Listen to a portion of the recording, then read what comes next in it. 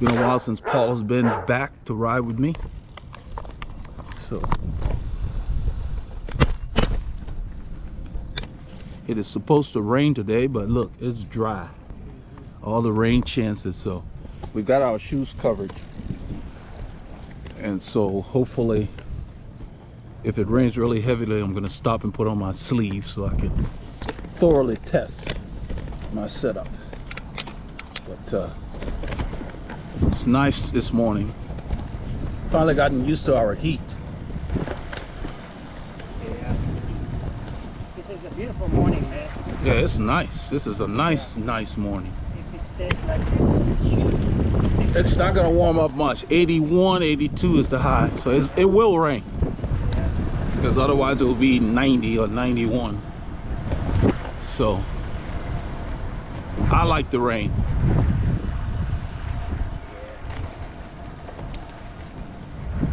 We've got our training wheels on, training tires, Ultra Sport, and we're ready to roll.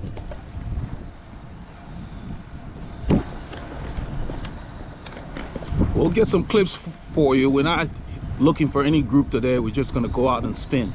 If we come across people, maybe, but we'll get some clips of us out on the road.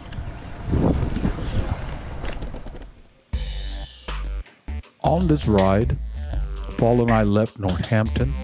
We took Creekside Green, went out to Goslin, cut through the woodlands, Sterling Ridge, Branch Crossing, Research Forest. We got on Fish Creek, Honea Egypt Community Road. We filmed there. Went through the neighborhoods, Grand Lake Estates, Keenan Cutoff. We took that and went out to Spring Branch Road. We filmed there. By the time we got to the end of Spring Branch Road, we cut through Tri Lakes, and then we went on a little excursion on Old 105 Road there. It dead ends, just to check it out. We'd never been there. We came back and filmed on Jackson Road, past Cairn, into Magnolia. We ended the film at 149 with Jackson Road. This is on 1488. We took that back into the city. We didn't film on 1488, but we really poured it on out there. We kept the effort pretty high. We hope you enjoy the clips that we got for you.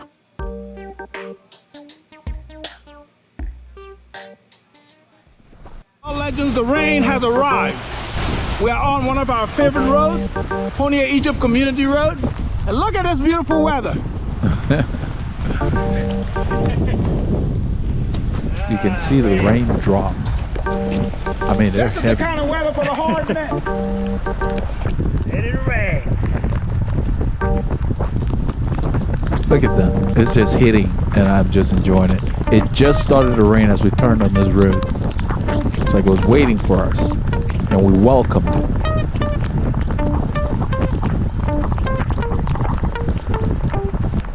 I keep my cadence high. If you look at the power, when the road's flat, if you're efficient enough, you're not always on the rivet.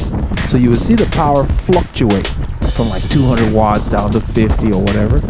That's the whole reason for making sure your bike fits you. Because if you're fitted, you're more efficient. You see when I stand, look at the watts go up. You're putting more power down, you're using more muscles. So if you want to really work hard, spend more time standing, especially when you train solo, to get yourself strong. Because every time you stand, it's not the most efficient way to cycle, but when you sit, you can see the watts drop. I mean, my effort dropped a little bit, but you will notice that throughout the ride. I will try to point that out for you.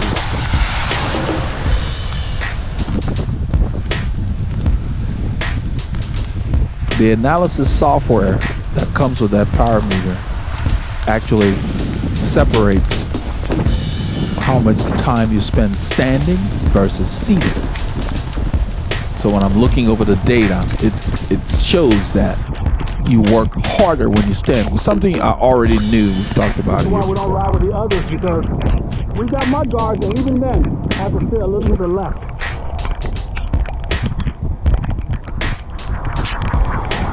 I like this kind of rain because you can see the road is clean. There's no oils on it or anything because it's heavy enough. It has washed off all the surface grease and oil that comes from cars. So it's not slick. even though there's a lot of water on there, it's not as slick as the light rain hitting the pavement. You can literally feel the creases in the pavement. I can sense as my tires roll. This Nice. is what I'm talking about. This is beautiful. It's a beautiful day. Look at it. This is lovely. I stay a little behind and to the left because we have a lot of water on the road. Even with the mud guards, there's a bit of splatter, so I'm trying to avoid the splatter here. The speeds are going to pick up as we descend. This is a substantial descent for this area. Paul lets me know he's pulling off. I slide back, hand him the camera, and I take the lead.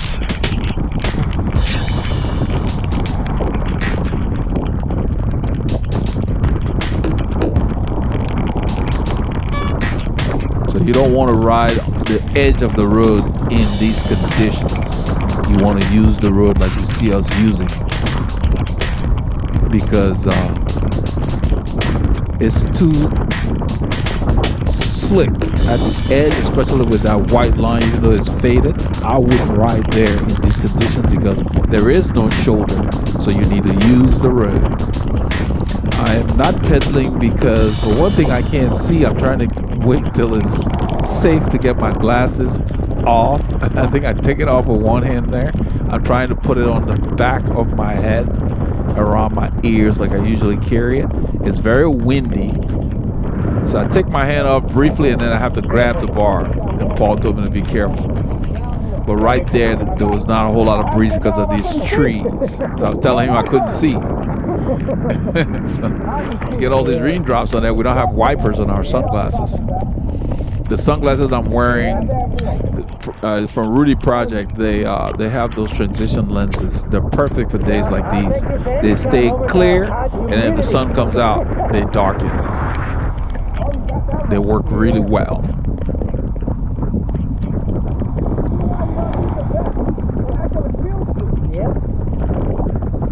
You can see the rain splattering, so Paul is going to stay a little to the left. The camera's lens is on the left. I don't ride the edge here for the very reason I was mentioning up there. It's still a little slick, and that's too narrow. So I just use the ridges because they give more traction in that corner.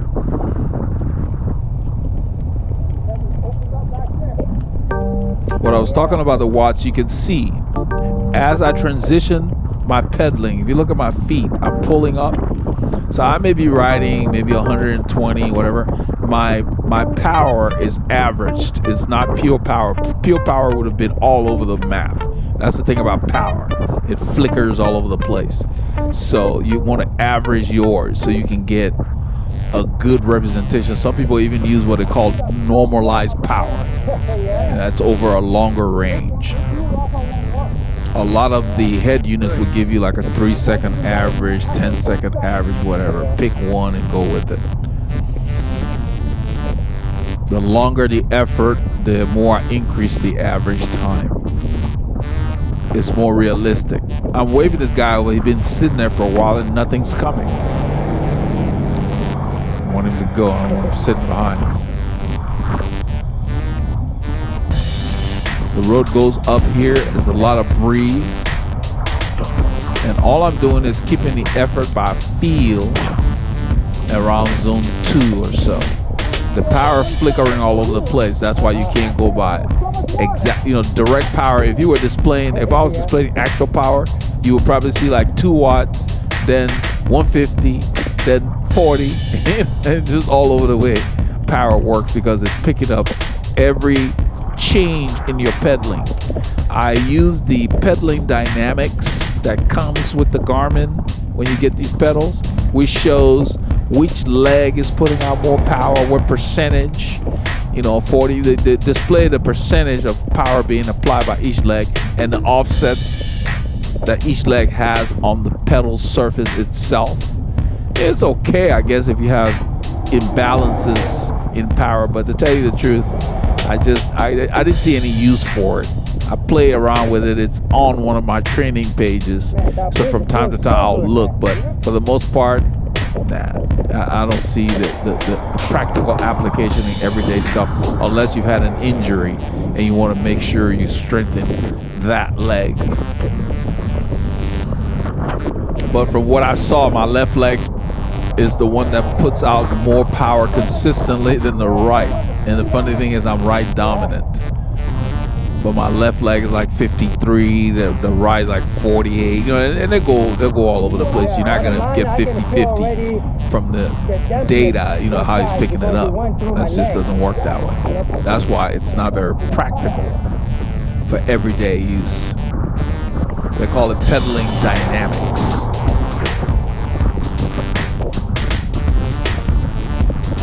I don't care to know what leg is putting out which portion of the 100 watts that I'm doing. I just want to know, okay, I'm doing 100 watts. Okay, fine. I want to go a little harder. I go a little harder, you know. So when you ride, your power is going to jump all over the place like you see on the screen. So you need to average it. If you increase the average, it will be smoother. If you just use power, it will be even more erratic.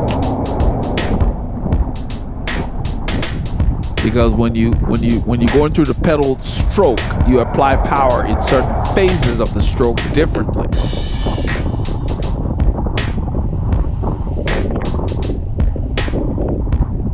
That's why I just ride my bike. You know, if you're going fast enough, you'll be with the grouper in front. If you're not, you'll be in the back. That's it. I mean, power is good if you're trying to fine tune your effort. I like that. I think if you got 30 minutes to ride and you want to make sure I get 10 minutes in that zone, that's really good. But just to be riding around looking at power, no. When we're riding like this, I have the grade, I have my cadence, and I have the ascent to know how much climbing we've done, because that determines how hard the ride has been. The total ascent for the ride is one of my favorite fields, and then the calories you burn. It's a calculation, you know. You have to enter your information in your head. You need to calculate calories, and I believe it needs your heart rate. So you have to have a heart rate belt to calculate calories. All the more reason why it's great to train with heart rate and power if you have it. I think they work well. I like to know what's going on with my body, not just how many watts I'm putting out.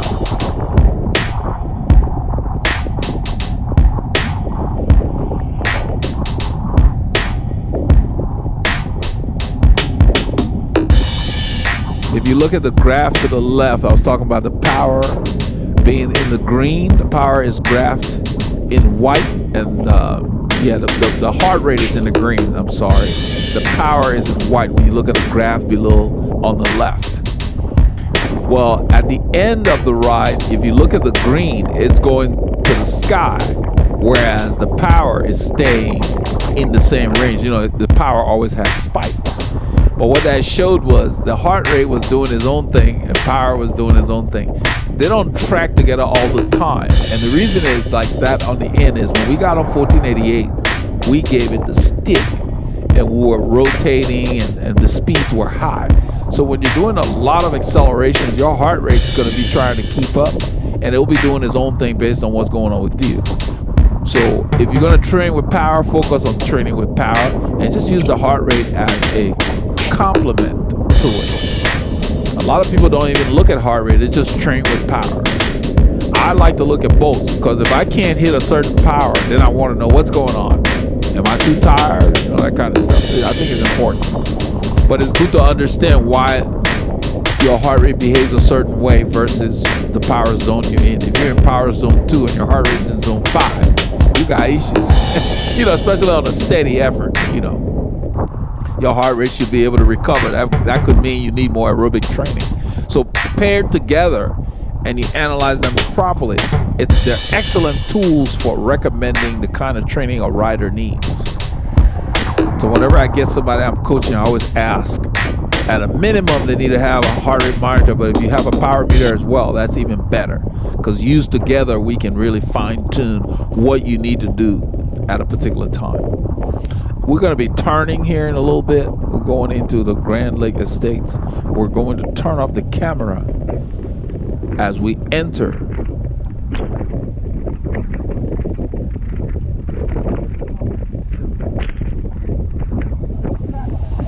Yeah. Nice to get open, man. That's cool. Legends. We're on one of our other favorite roads, and we decided to get some clips for you all over here. We're on Spring Branch Road. All right. There were 2 dogs that lived out here. I was telling my wife about it. I said, we haven't seen them in the last month or so. So I don't know if they moved or maybe somebody complained and the authorities came and chatted with them. But you guys remember seeing them cut across the road and almost caused a crash when Hernan was on a ride with us. So we always look out for them anyway. Hopefully we'll get to see their house. They got this big raindrop on the screen here. The house is in the curve coming up in about probably half a kilometer.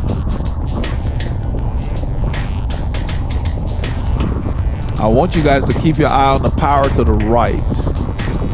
I'm glad I put it there. It is easier to see than the one near the graph. So you will see it fluctuating because every time I soft pedal, I'm taking off power.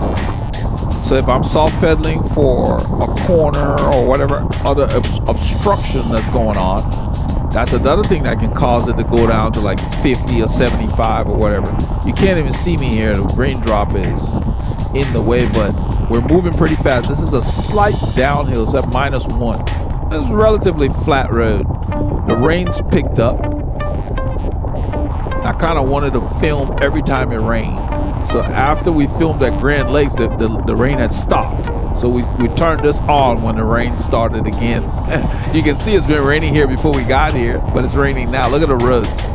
We just passed that corner where the dogs live, and they weren't there. So it's like, great, I have to deal with that. The rest of these houses have their dogs fenced in.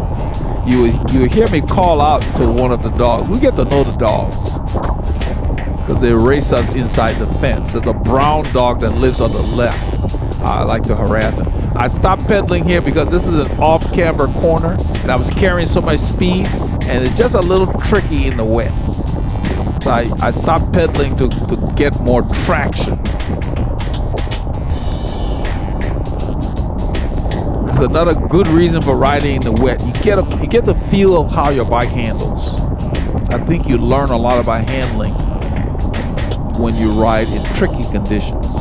They do the same thing with cars. You go, they put you on a skid pad and let you slide around a little bit.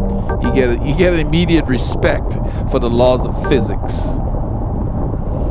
The brown dog lives on the left here. Yeah, you hear me? I say, hey dog. He's across the street on the left. Yeah, he was looking at us. He didn't bark or anything. So I greeted him. He looks like a Labrador retriever or something like that. Big dog. Those are real dogs. You can jog with them. Not those pocket dogs that people carry in purses. So look at the watts. They're getting lighter and lighter because the road is flatter, and we're going to start going slightly downhill, but I'm still making sure that I keep the effort going. So with training and being smooth, you might put out less power than the next guy who needs a fit or more training. He might be doing huge watts while you're saving your watts because you're smoother in your pedaling style. So everything adds up. That's why you see the experienced riders, when they go hard, they relax. They save all the other muscles and let their legs do the work. So in this section, I'm probably averaging 120 to 150 watts, no more than that. It's gonna flip around.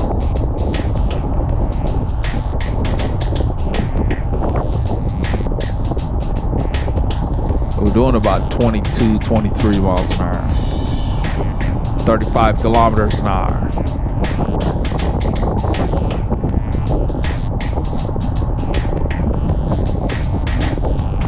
We're coming up to our favorite hill. It's almost 9% and it's long. And it hurts. Well, we're using the small chainring. Most of the early part of this ride, we stayed on the small chainring, which doesn't mean anything. I mean, the ratios were similar. I was probably riding a 62-inch gear here. Look at the watts go up. The grades will do that. 500 watts. This is why you go and you train on a long climb and see how long you can hold 4.5 watts per kilo. So you work on that, and then you go and you watch your weight. You get, to where your optimal weight is supposed to be. So if you put out the same thing, you will be really flying, because if your weight goes down, your power stays the same, you're a stronger rider. Right here, the slope ends a little bit, so the power drops. And since we're keeping it steady, I don't force the pace. I just keep going, because in a little bit, we're going to start rotating. So there are different kinds of efforts we talked about before. A steady effort is different. We went up that climb with a steady effort. There were no attacks or anything.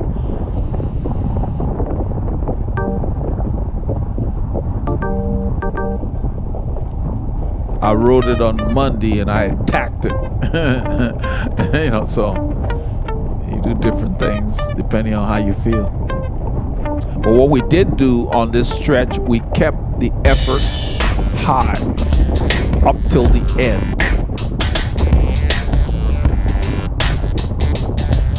So even though we're doing 21, 22K, this is probably, let's see, when we turn, the grade will show up. This road goes up because it dipped after that.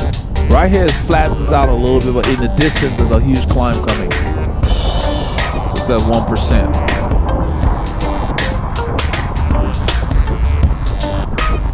I stayed next to the white line here because we got a little extra pavement on the right, so that Paul can use the left side of the road, which puts us in a position where we're just using half of the lane. That leaves a lot of room between us and that yellow line, so we're not close to the passing vehicles.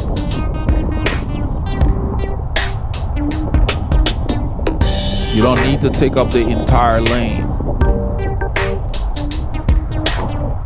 Just position yourself to where you force them to move over. You see where Paul is? That's where you should be riding.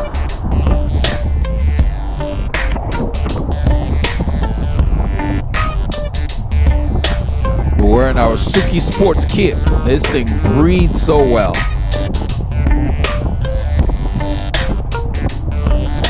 With all the rain we went through, we did not stay wet. It was just actually nice. As it dried, we were cooler. You can see the temperature is still saying 21 Celsius. That's 70 degrees Fahrenheit. For this time of year, nah. We've been riding 2.5 hours. Yeah. The high of the day was like 81 Fahrenheit, which is about 28 Celsius.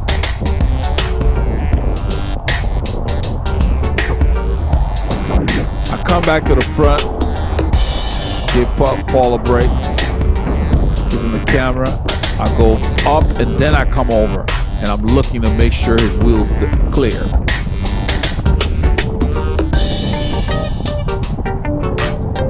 If we had ridden with anybody that did not have mud guards, we'll be filthy at this point. You can see my bike is clean. The mud guards do a great job. They're not full mud guards, but they're good enough for what we need for these bikes.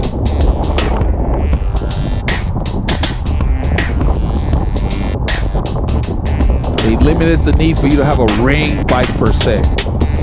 I can put that on any bike and just go.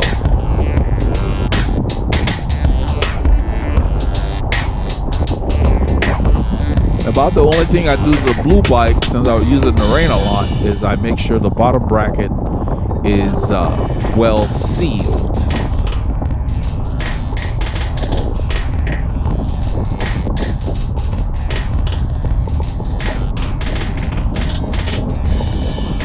You can see the roads going up.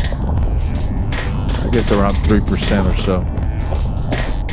All I'm doing is keeping the rhythm the same. Work, don't labor. When it's time to go harder, you'll be ready.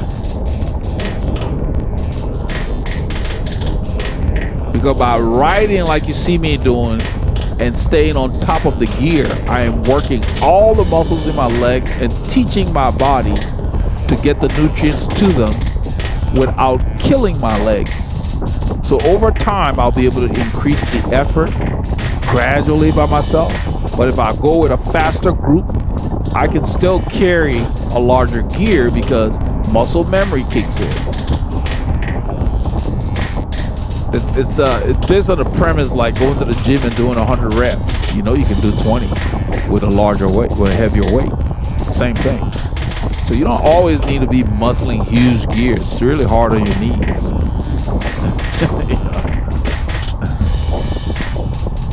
Plus, it's really not pure speed. I like accelerating and then holding the speed I get to.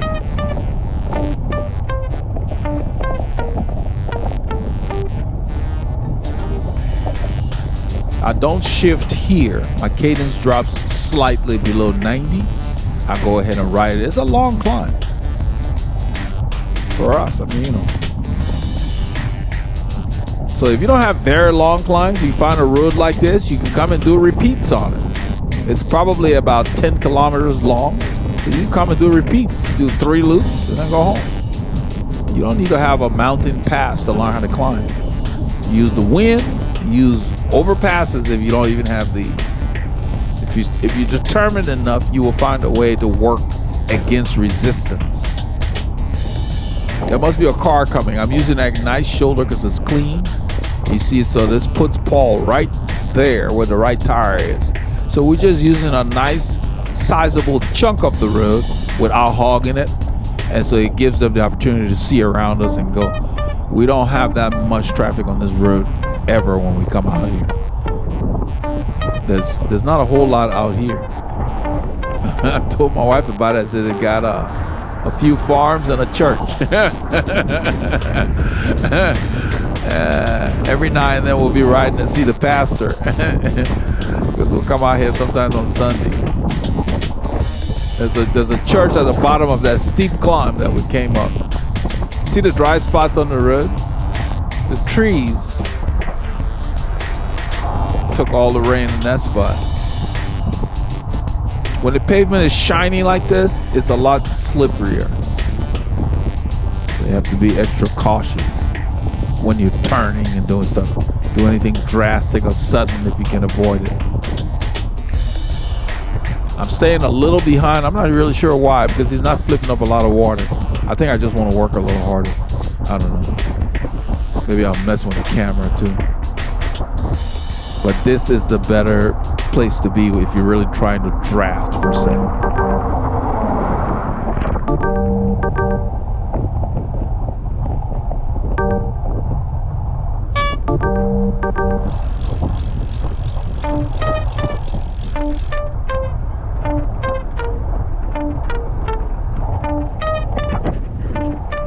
You can probably count on one hand the amount of cars that have passed us in our direction on this road, and it's not a fluke. It's always like this here. That's why we come out here. The people that live out here might own 8 or 10 acres or whatever, so you got a few houses, and they're used to us being here, so you know they wave when we come by and all that. It's kind of nice. I don't know who they hustled or who they cajoled to pave this road, because this road used to be chunky. You know, just all kinds of cracks and crevices, and you know, and for them to pave it like they did, I was surprised, because there's no industry out here. Usually They'll pave roads that are heavily traveled. And you can see the quality of the work that was done. You guys remember we used to ride here when it was dirt, when they were trying to pave it. So it's nice. So by keeping my gears reasonable, I'm able to ride this ninja grade per se, and it's breezy and still be smooth to where if somebody were to accelerate, I'm in a gear that I can accelerate with. That's what I mean when I say stay on top of the gear.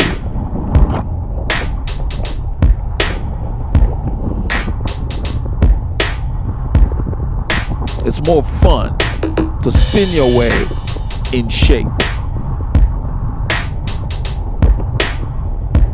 And spinning doesn't necessarily mean 120 RPMs. I'm talking about being smooth and using a cadence and a gear that you can handle.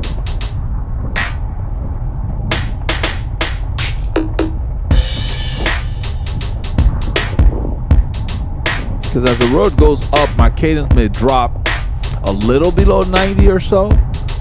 I'm just riding based on rhythm here.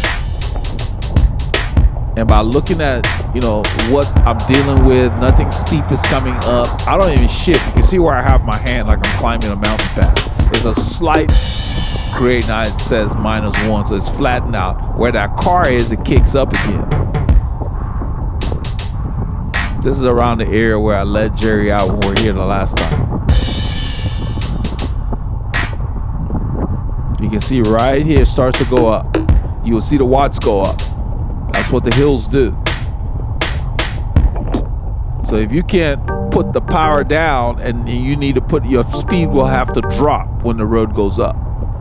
That's why you see some riders reaching for shifters to go to smaller gears.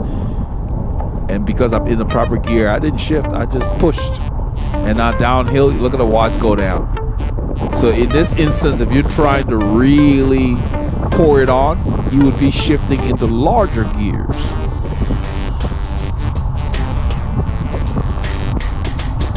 And now the road's going to settle and then kick back up. These short bumps, rolling terrain does that. That's why you got to be in a reasonable gear. And don't be shy to shift.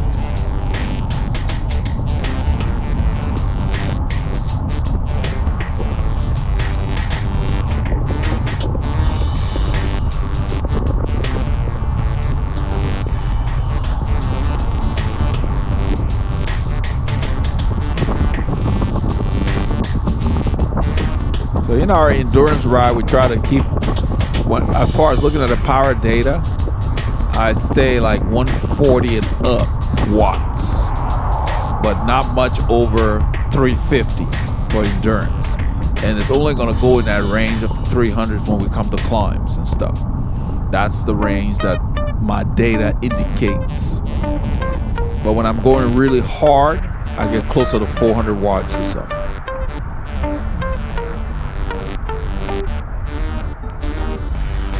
That's for steady efforts. If I'm sprinting, yeah, the sky's the limit. I go as hard as I can put out. I didn't realize Paul was filming from the side over here. I thought that he was still filming ahead. That's a good shot. I told him, let's finish the last climb here. Let's finish it off. At this point, we're dry. You can see all the water off of his head unit. Little droplets, those things, they kept locking the Garmin because when the drops sit on there, it thinks you want to change the data field.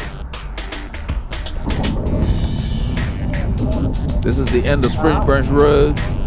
Coming on Old Plantersville Road here. I think from here we switch to Jackson Road. We're on Jackson Road headed south. And we're not playing, we're booking it. The wind is coming from in front and to the left. At this point, Paul is not aware that the camera is on. I decided to turn it on once he came through.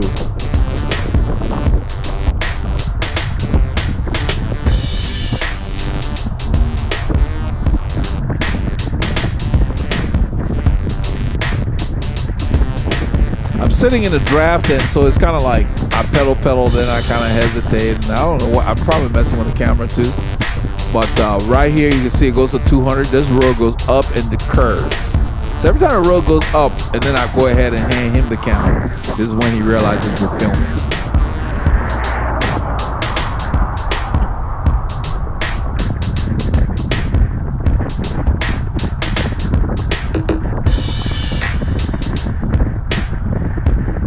At this time, the rain is pretty much over, you know, it's just overcast, and we're headed back into town.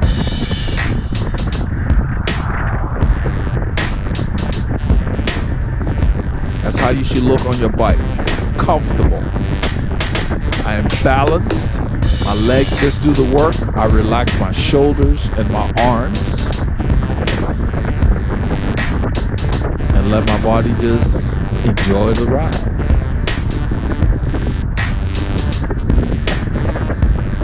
Watts will go up. There's a grade here. You can see we hit 300.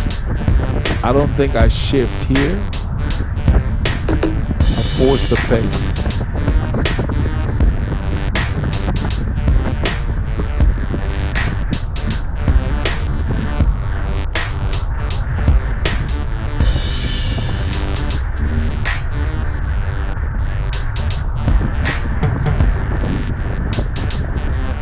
And while I'm riding, I look in the distance, I see what's coming, and I try to just stay as smooth as possible. Because being smooth will save you energy. You'll be able to carry more speed with less watts.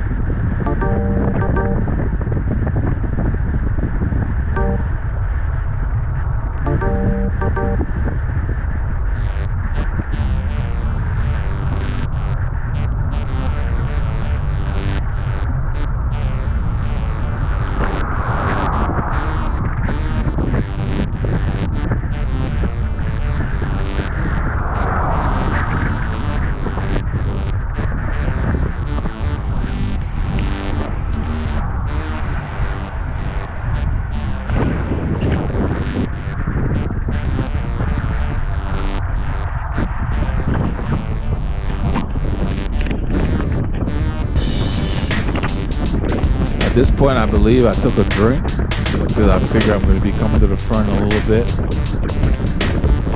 I always take a drink every time I think about it, because that's your body's clue to you that you need something. Think about food, throw something in the tank.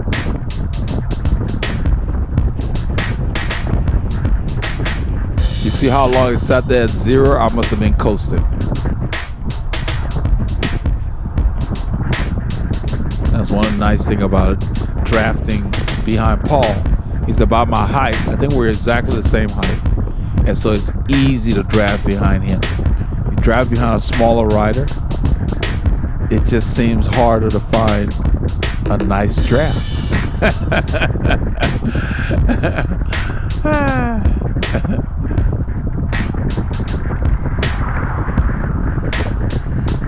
Look at this beautiful road, man. Look at that. Just lovely. Look at the trees on both sides. I mean, just nice. This beats sitting on the indoor trainer any day of the week.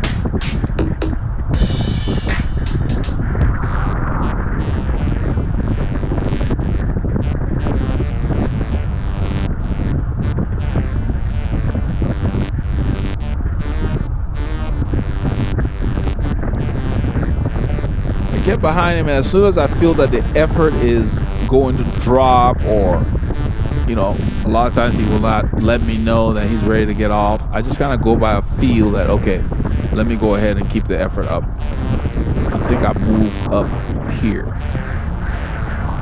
He's been up there for a while. I hand him the camera. You notice I keep my bars far left. You don't want your bars to tangle when you get around other riders in a pace line or any group. Your bars hook up, both of you will go down. It'll take a tremendous amount of bike handling to detangle them. So you don't ever want your bars to hook another rider's bars, because that's your handle there.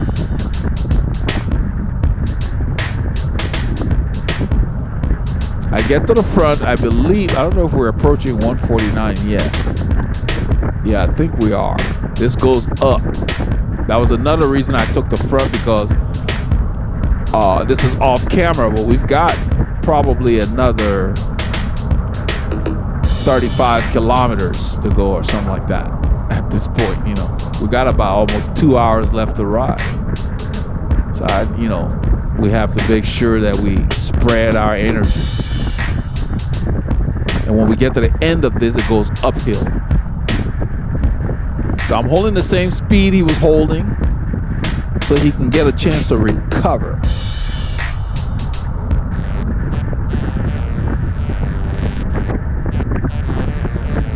It's almost like the wind shifted on us here.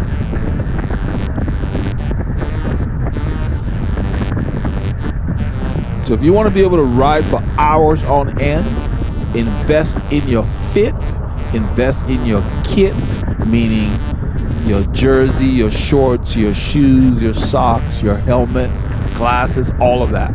Because if you have the right equipment, it makes everything easier. But you definitely need to have a bike that fits your body.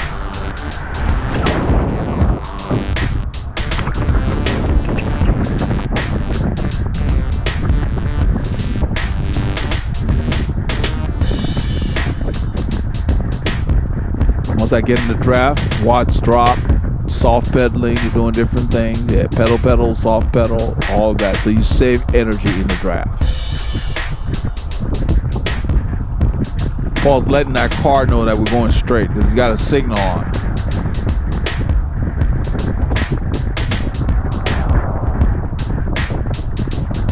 He was going to turn in there. So that's one of the areas where you got to be extra cautious. Cars turning in front of you. Got to make sure they know you're there. You can make contact. See the distance between our bars as I go by? At least a foot. More is better. If you can avoid getting closer, that's great. But I keep my bars away and then I hold it with my left hand. So if he does come closer, I can move to the left. But I'm used to riding with Paul and he's smooth, so I don't worry about it. But that's habit. You got to do that with every rider you're around. Protect your front wheel. And part of that comes with protecting your bars. So I hope you all got a chance to get out this weekend and get some Ks in. This is part of what we did on Saturday. Rain or shine, we get the Ks in. So get out there and keep those doctors fired.